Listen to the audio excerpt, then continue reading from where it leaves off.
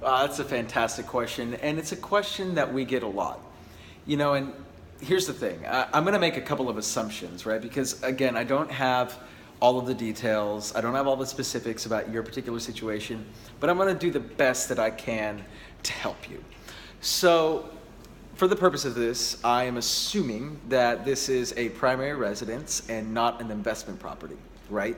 So that's assumption number one. Assumption number two is because you mentioned Almaden Valley, I'm going to assume that you're probably in the $1.5 to $2 million range, give or take a couple $100,000, right? And budget is very important when we're talking about this, right? Because if you were in the sub-$1 million market, I'd be talking about completely different areas. And so again, I'm going to be general here, but if you want to talk more in depth about it and give me more specifics on your situation, I don't mind talking to you about it and helping you make an incredible decision. So here's the thing, right? When we're talking about the South Bay and we're talking about all these different areas, in that price range, there are homes available, as far north as Sunnyvale, Mountain View. Now, if you're in San Francisco, Sunnyvale, Mountain View, that's South Bay, right? But if you're in Mountain View, then that's not South Bay. Those areas, we also have Los Gatos, Saratoga, and those are going to be some smaller homes in that price range. Almaden Valley, as you mentioned, Willow Glen has some beautiful homes in that price range.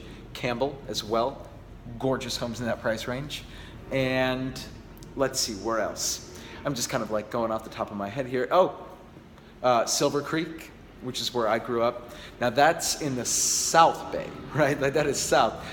Next stop, Morgan Hill, right? So all of those areas are in the price range that you mentioned. They all have their pros, they all have their cons.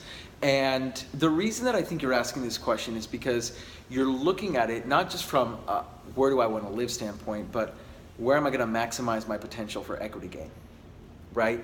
And so it's a very valid question, and I don't blame you for asking it.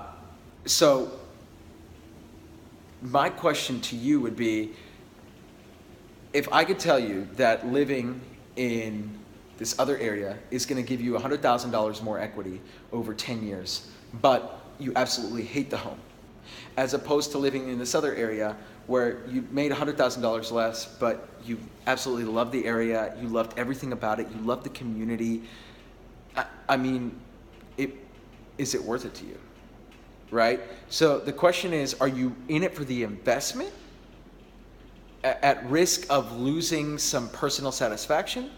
Or are you there to have a home, right? Because, I'm gonna get all corny now. Home is where the heart is, right? So think about this, right? Like when you're looking for a primary residence, I always tell my clients, pick the area first. We'll find the area that you love the most, and we'll even narrow it down to the streets, right? But first you have to decide on the area.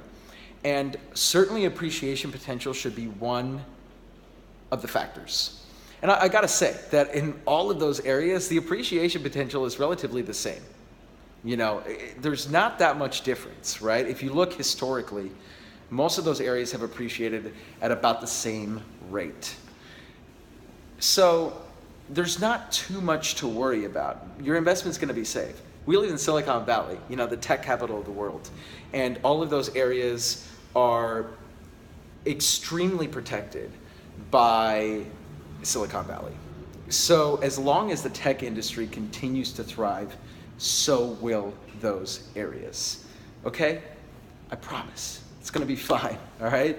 So again, if it comes down to a couple areas and you're like, okay, which one I can be more specific and I can give you more guidance, but that is generally the rule of thumb that I give all my clients. Pick the area that you love the most, because after all, you're going to live there, aren't you? Hope that helps.